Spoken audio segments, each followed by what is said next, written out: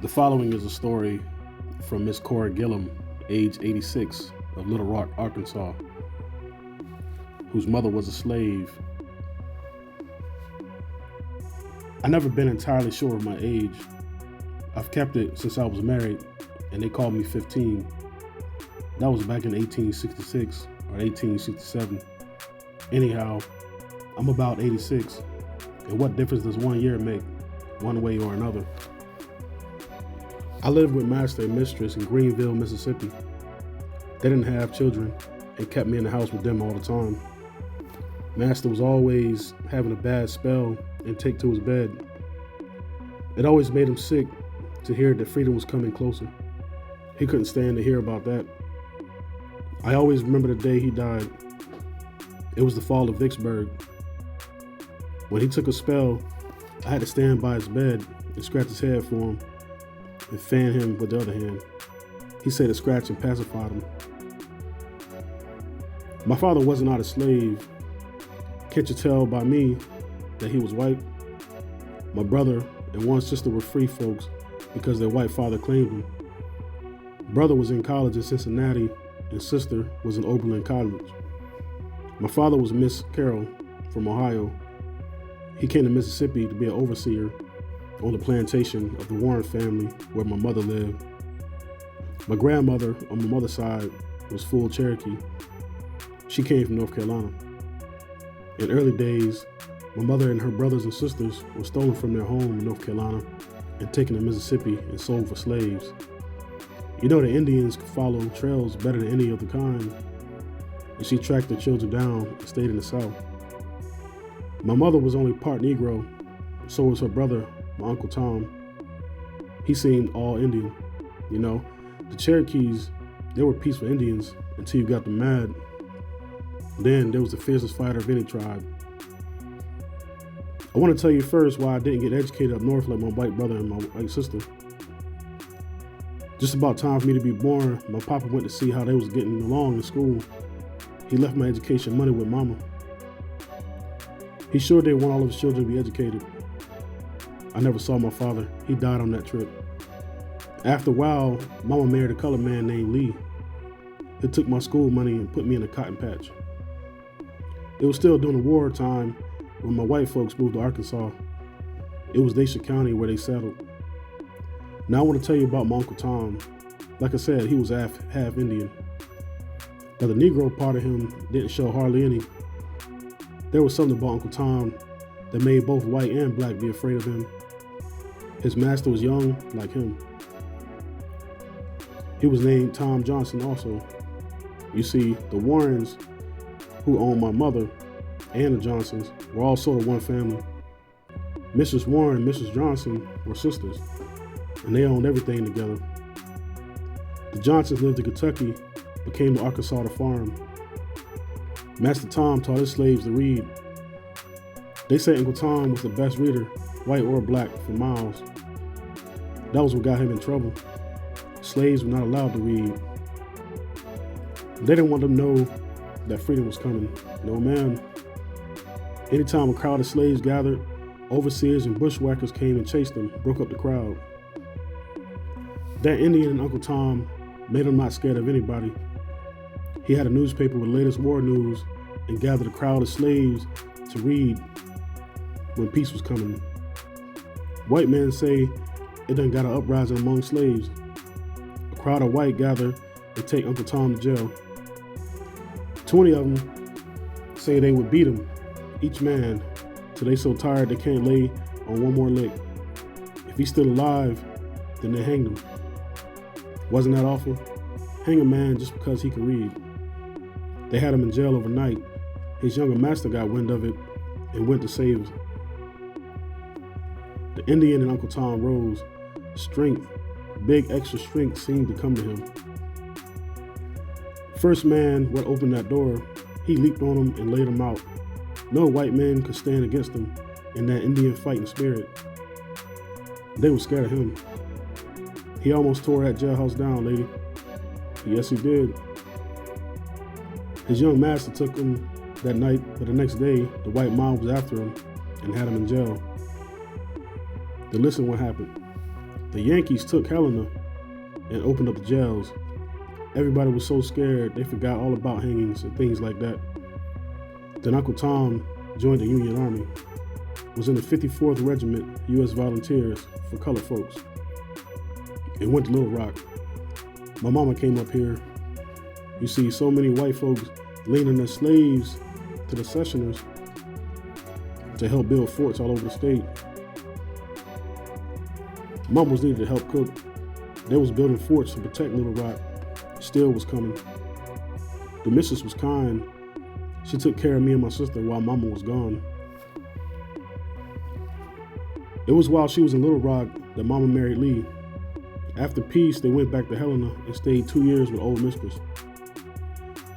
She let them have the use of the farm tools and the mules. She put up the cotton and seed corn and food for us.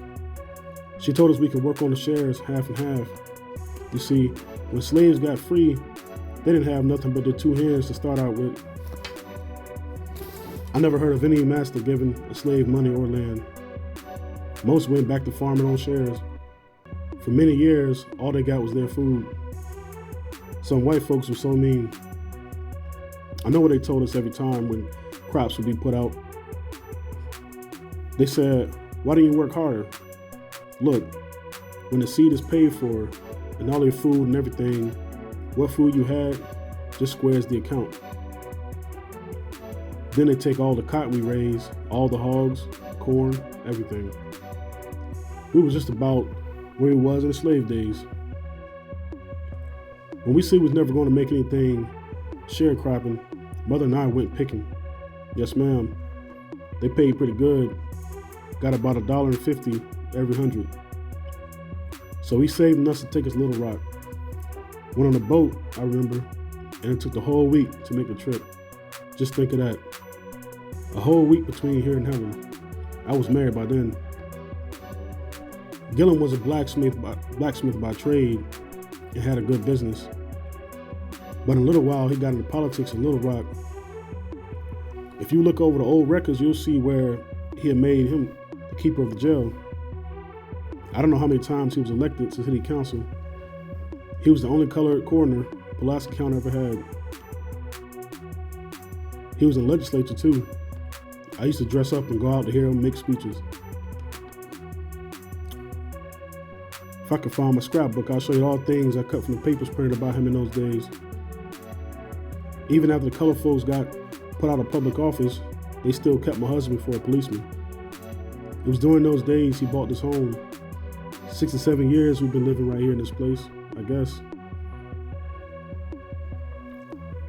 It was the only house in a big forest.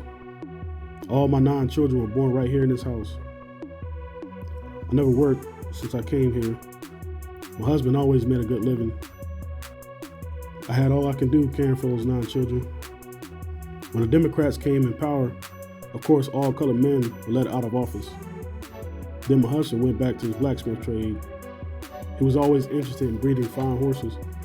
Kept 2 fine stallions, one named Judge Hill and the other Pinchback. White folks from Kentucky even used to come here and buy his colts. Race people in Texas took our colts as fast as they got born. Only recently we heard that stock from my stable was among the best in Texas. The Ku Kluxers never bothered us in the least.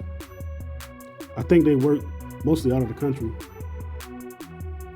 We used to hear the terrible tales of how they whipped and killed both white and black for no reason at all. Everybody was afraid of them and scared to go out after dark. They were a strong organization and secret. If the rough element from the north had stayed out of the south, the trouble of Reconstruction would have not happened.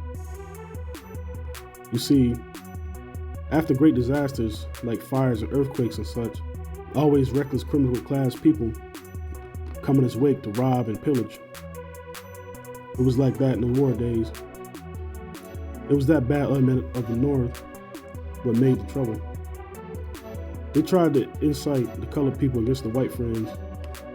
The white folks were still kind to what had been their slaves. They would have helped them get started. I know that. I always say that the South could have been left to just itself, both white and black could have been better off. Now about this voting business, I guess you don't find any colored folks will think about their fair deal. I don't either. I don't think it's right that any taxpayer should be deprived of the right to vote. Even my children who pay poll tax can't vote. One of my daughters is a teacher in a public school. She tells me they send out notices that if teachers don't pay a toll tax, then they may lose their place. But still, they can't use it to vote in the primary. My husband always believed in us using our voting privilege. He has been dead over 30 years. He had been appointed on a grand jury. He bought a new suit and clothes for that. He died on the day he was to go, so he used his new suit to bury him in. I've been getting his soldier's pension ever since. I've not had it hard like a lot of the ex-slaves. Before you go, I'd like you to look at the bedspread I knit last year. My daughter was trying to learn to knit. This craze for knitting has got everybody, it looks like. I heard them fussing about if they could cast those stitches. For land's sake, I said, hand me them needles. So I fussed a little, and it all came back. What's funny about it is, I had not knitted a stitch since I was about 10. Old missus used to make knit socks for the soldiers. I remember I knit 10 pairs out of coarse yarn, while she was doing a couple for an officer out of fine wool and silk mixed. I used to knit pulse warmers, half-handers. I bet you don't know what that was. Gloves without any fingers, capping the thumb and didn't have any end. I could even knit on 4 needles when I was little. We used to make our needles out of bone, wire, smooth, straight sticks, anything that would help slip the yarn. Well, let me get back to the spread. In a few minutes, it all came back. I began knitting wash rags, got faster and faster. Didn't even look at the stitches. The girls were so scared of something would happen to me, they wouldn't let me do any work. Now I found something I could do. When they saw how fast I worked, they say, "Mother, why don't you make something worthwhile? Why make so many wash rags?" So I started the bedspread. I guess it took me 6 months at odd times. I got it done in time for Fort Worth to be a big exhibit in National Federation of Colored Women's Club. My daughter was the national president that year. If you'll believe it, this bedspread took first prize. Look, here's the blue ribbon pinned on it. What they thought was so wonderful was that I knit every stitch of it without glasses. But that is it. It wasn't so funny because I never worn glasses in my life. I guess that is some more of an Indian blood telling. Sometimes I have to laugh at these young people. I call them young because I knew I was in their place when they were babies. But they already all broken down with the old men and women. I still feel young inside. I feel that I've had a good life.